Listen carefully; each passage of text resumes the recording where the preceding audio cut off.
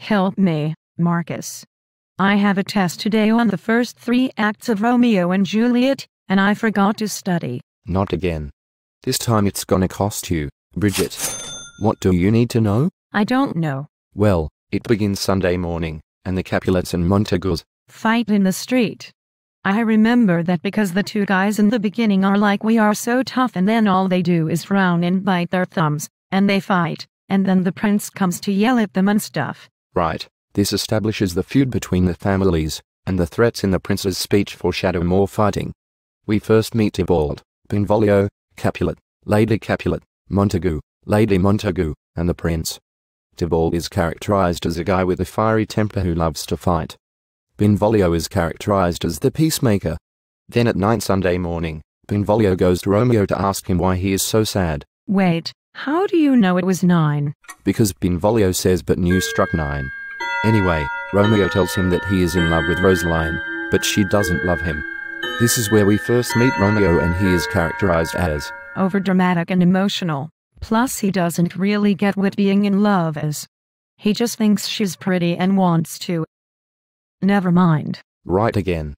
Then around noon or early Sunday afternoon, we meet Paris, and he asks Capulet for permission to marry Juliet. Yeah, and he's all like, no, you should flirt with her and stuff because she's so young. Right, and we see that he's trying to do what's best for his daughter. Capulet also invites him to a party at his house to see other girls along with Juliet.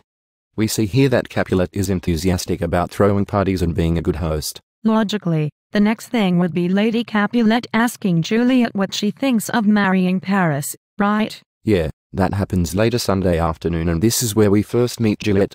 She's characterized as very smart, and wanting to please her parents. We also first meet the nurse in this scene. She's characterized as very light-hearted. Around this time, Romeo and Benvolio learn from a Capulet servant about Capulet's party and that Rosaline will be there. Oh yeah, I remember the servant is like, I am sent to find those persons whose names are he writ, but he can't read. So he goes to ask Romeo to read the list to him. Then, Benvolio convinces Romeo to go to the party with him, so that Benvolio can show Romeo some other pretty girls, other than Rosaline. Then, after sunset on Sunday, Romeo, Benvolio, Mercutio, and a bunch of their friends head to the Capulet party. This is where Mercutio gives his Queen Mab speech. Oh yeah, she is the fairy's midwife and stuff, blah blah blah. This is where we first meet Mercutio, and we see that he is easygoing, loves to tease Romeo, but he gets carried away by his imagination. You can't say that again. Okay, he gets carried away by his imagination. Haha. LOL. After this speech, Romeo says that he is worried that this party will be the beginning of the end of his life, which turns out to be true. Okay, so, Sunday night is the Capulet party. This is where Romeo meets Juliet. I remember Romeo says all this church stuff to get Juliet to kiss him. Then, they end up kissing, after only knowing each other for like a minute. Very late Sunday night, Romeo sneaks back onto the Capulet property. He hears Juliet talking about him. This is the famous balcony scene. But soft, what light through yonder window breaks? It is the east, and Juliet is the sun. O Romeo, Romeo, wherefore art thou Romeo? Deny thy father, and refuse thy name. Or, if thou wilt not, be but sworn my love, and I'll no longer be a Capulet. What's in a name?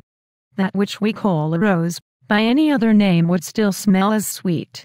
Bravo, bravo. This scene ends early Monday morning. Throughout this scene the characters of Romeo and Juliet develop a lot. Yeah, Romeo gains some maturity. He stops just wanting, and shows that he values a real relationship. Well, I don't know how real it was because they just met, and they're already pledging their undying love for each other and talking about getting married. Yes, and Juliet shows that now she values love more than pleasing her parents. She shows that she is more realistic than Romeo. She shows that she is the stronger character and can control Romeo. They discuss marriage, and before Romeo leaves, Juliet promises to send someone to Romeo tomorrow morning, so they can tell Juliet the wedding arrangements. And you thought I rushed into relationships? Well, you do. Anyway, at dawn Monday morning, Romeo goes to ask Friar Lawrence if he will marry him and Juliet secretly later that day. The friar is surprised that he is so quickly over Rosaline, and is worried that he is so quickly getting married to Juliet.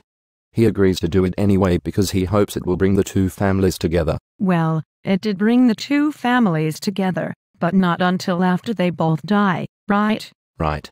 In the beginning of this scene, Friar Lawrence gives a speech in which he says that he thinks there is good and bad in everything, like Romeo and Juliet getting married.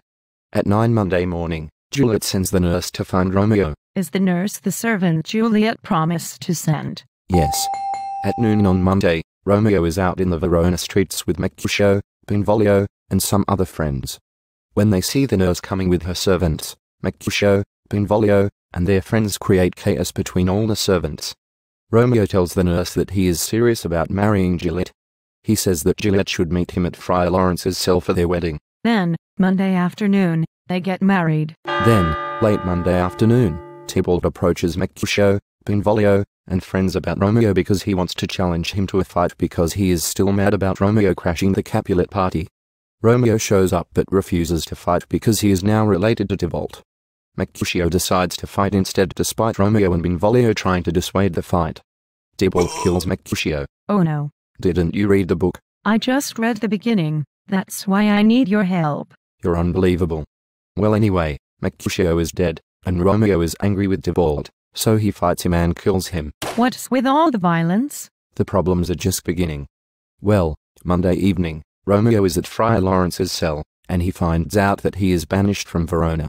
He feels that this is worse than death because he can't be with Juliet. The nurse goes to Romeo and tells him to come to Juliet to spend their wedding night together before he leaves Verona and goes to Mantua. This is getting really emotional. Well, this is the romantic part. Late Monday night, Romeo spends the night with Juliet. And the scene shifts to a cozy view of the fireplace. ...